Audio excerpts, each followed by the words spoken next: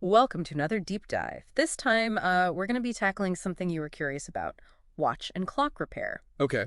We're really going beyond changing batteries and setting the time here. Yeah. And trust me, it gets pretty fascinating. It really does. It's a field where, you've got these echoes of centuries-old craftsmanship, but they meet cutting-edge technology, Hmm. often like under the same magnifying glass. You know what I mean? We're Right. talking about these like intricate dances of like these tiny gears and springs, these delicate movements, but then also things like silicon components and digital displays. Yeah. I was reading that some high-end mechanical watches can even have multiple complications.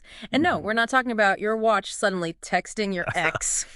Complications are those extra features beyond just telling the time, Right. like moon phases, chronographs, even perpetual calendars that adjust for leap years. Mhm. It's wild. Yeah. And the fact that someone can repair these tiny, complex machines is mind-blowing. Yeah, it really is. And the range of what a watch and clock repairer actually does is like far broader than I think a lot of people realize. I would imagine. We're talking about using like really specialized tools to manipulate parts that are often barely visible to the naked eye.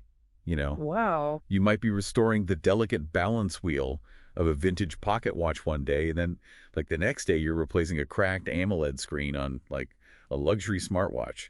So there's really quite a range there. It's not just about fixing what's broken, though, right? It's also about preventative care, like cleaning and oiling these intricate mechanisms to ensure they run smoothly for years to come. Yeah. The sources mention something called a movement. Is that like the heart of a watch? Yeah. Kind of like its engine? That's a really great analogy.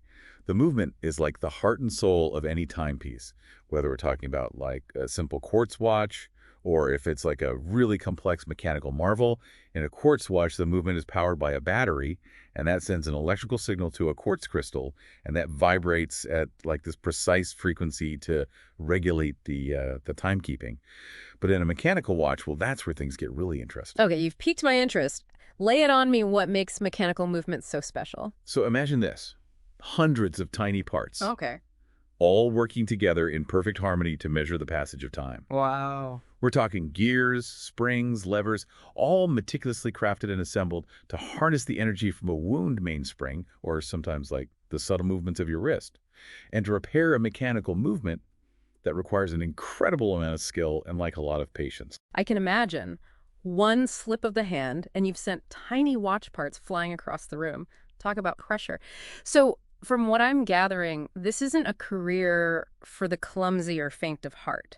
Is that something that drew you to this field, that incredible level of precision and detail? Absolutely. For me, the challenge of working with these intricate mechanisms, of understand like the subtle interplay of physics and engineering that was incredibly appealing. Hmm. There's a certain satisfaction that comes from taking apart a complex movement, figuring out what the issue is, diagnosing it, and then like painstakingly restoring it to perfect working order. Yeah. It's like solving a miniature mechanical puzzle, Mm. but one tick at a time. And speaking of puzzles, the sources painted a pretty diverse picture of where someone in this field might work. It's not all, dusty workshops filled with old clocks, right? No, not at all. Okay. While independent shops are certainly common, and some people are drawn to that, that classic image, there are opportunities in bustling retail environments too. And then for those with an entrepreneurial spirit, there's definitely potential to like run a successful home-based business. Flexible hours, being your own boss, and the smell of watch oil in the air. I can see the appeal. But I imagine that kind of independence comes with its own set of challenges, right? It's not all sunshine and vintage Rolexes. You're absolutely right. Every career path has, its pros and cons, and watch and clock repair is no exception. So, let's talk about the elephant in the room, Okay. the rise of digital technology. With everyone and their mother relying on their smartphones to tell time these days, you might be wondering, is this even a viable career path anymore? That's the million-dollar question, isn't it? I mean, Right. why learn to fix a watch when your phone tells time, A&D makes toast? Right. But something tells me it's not that simple. You're right on the money. Mm. I mean, it's easy to just sort of assume this is like a dying trade, Right. but that's not the full picture. I Yeah. mean, think about it. When was the last time you saw someone get their phone repaired? Okay, point taken. We're definitely a society of replacing, not repairing. Exactly. But watches, especially mechanical ones, they feel different. Yeah, I mean, they really do. They're often seen as like heirlooms or investments or even just like beautifully crafted objects, right? Right. People don't just toss them out at the first sign of trouble. And so that Yeah. creates this consistent demand for skilled repairers. Yeah.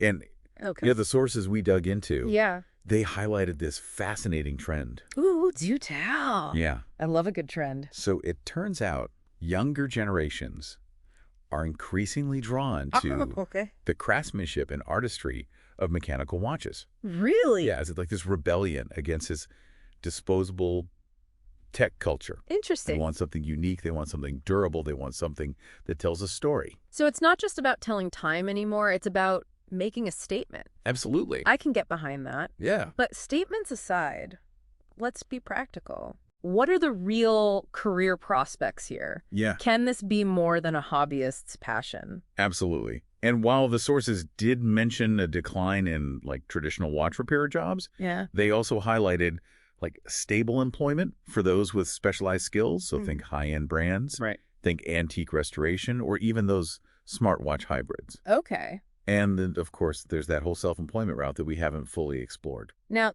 that's an area I'm particularly interested in. What does it take to go solo in this field? Is it all about setting up shop in a charming but slightly dusty attic space? Well, I mean, a charming attic certainly wouldn't hurt. Right. But seriously, though, succeeding as a self-employed watch and clock repairer, it takes more than just technical skills, right? Of course. Think of it like this. You're running a miniature surgical theater and a business, like at the same time. Okay, that's an image. So I'm guessing steady hands aren't enough. No, You need some business savvy, too.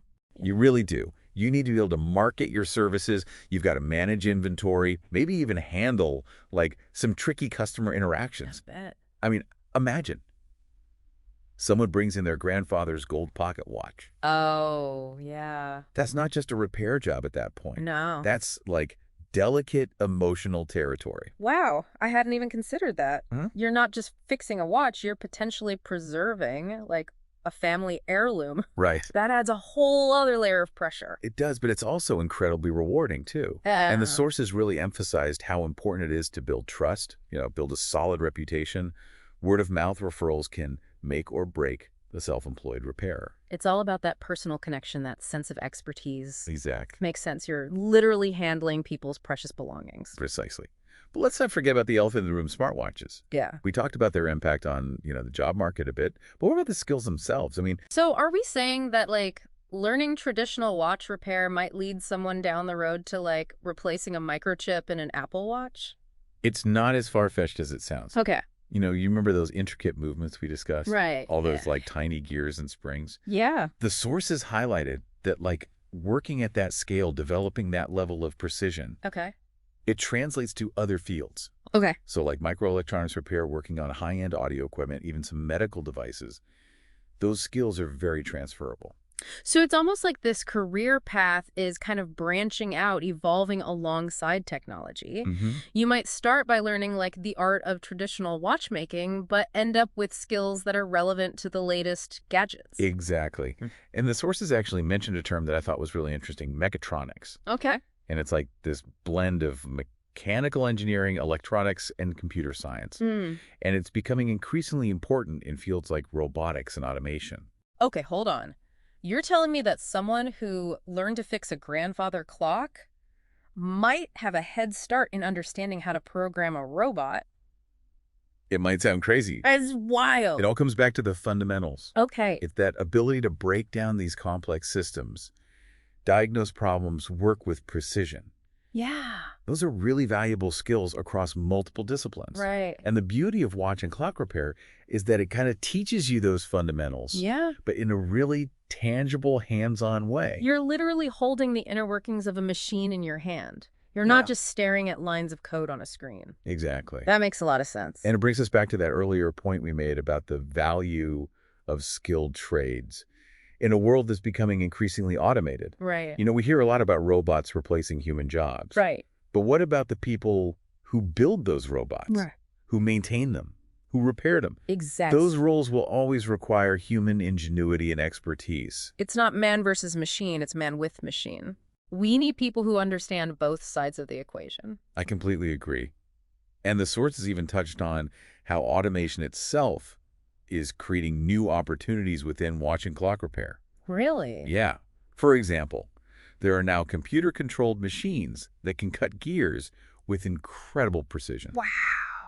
But you still need someone to program those machines, to calibrate them, to make sure they're producing high-quality components.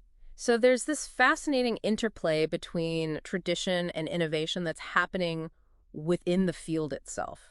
It's not just about preserving the past, it's about shaping the future too. Precisely. Yeah. And that, I think, is what makes this such an exciting time to be involved in the world of watch and clock repair. It's a field that's brimming with both history and possibility. I agree. Now, for our listeners who are totally hooked and want to dive deeper into this world, Yeah. where should they start? I imagine those old school apprenticeships are still a thing, right? Yeah, apprenticeships are definitely still a fantastic way to learn the craft. Yeah. You're learning from experienced watchmakers. It's that traditional passing down of knowledge, that Yeah. mentor-mentee relationship Right. that can be so valuable. It's like a direct line to centuries of accumulated wisdom. Exactly. Yeah. And then beyond apprenticeships, you also have things like technical schools and specialized programs that offer more comprehensive training in watch and clock repair. Okay. The sources actually specifically mention the American Watchmakers Clockmakers Institute, AWCI. Right. They offer certification programs that are really well respected within the industry. So it's not just about finding someone willing to teach you the ropes. There's actual structured education available. Right. That's really encouraging. It is. And then on top of that, let's not forget about all the resources that are available online. Of course. So, for instance, the Watch You Seek forum has this whole dedicated section for watchmaking and repair, Okay. where you can connect with other enthusiasts, ask questions, and just find a ton of valuable information. It's amazing how technology can both disrupt and enhance a field like this. It really is. Yeah. And for those who are more hands-on, there are even kits available online that allow you to disassemble and reassemble watch movements at home. Oh, wow. Yeah. So whether you're looking for a formal education, a supportive community, or just a way to tinker and learn at your own pace, Right. there really is a path for everyone. Absolutely. And I think that's a beautiful thing. Yeah. This field, steeped in tradition and precision, it's also incredibly welcoming to newcomers and those with a thirst for knowledge. It's like a hidden world full of intricate beauty and timeless craftsmanship just waiting to be discovered. Beautifully said. Mm-hmm. And who knows, maybe this deep dive has inspired someone out there to kind of embark on their own journey into this world. You never know. And on that note, we'll wrap up this deep dive. We've explored the intricate skills, the unexpected career paths, and even kind of the philosophical side of keeping time. Yeah. But here's a final thought for you to ponder. If, as we've discussed, a watch is more than just a time-telling device, if it's a statement, an heirloom, a piece of history held in the palm of your hand, then isn't the person who repairs that watch also preserving something much greater than just gears and springs? Yeah. Something worth cherishing in a world that's constantly ticking by.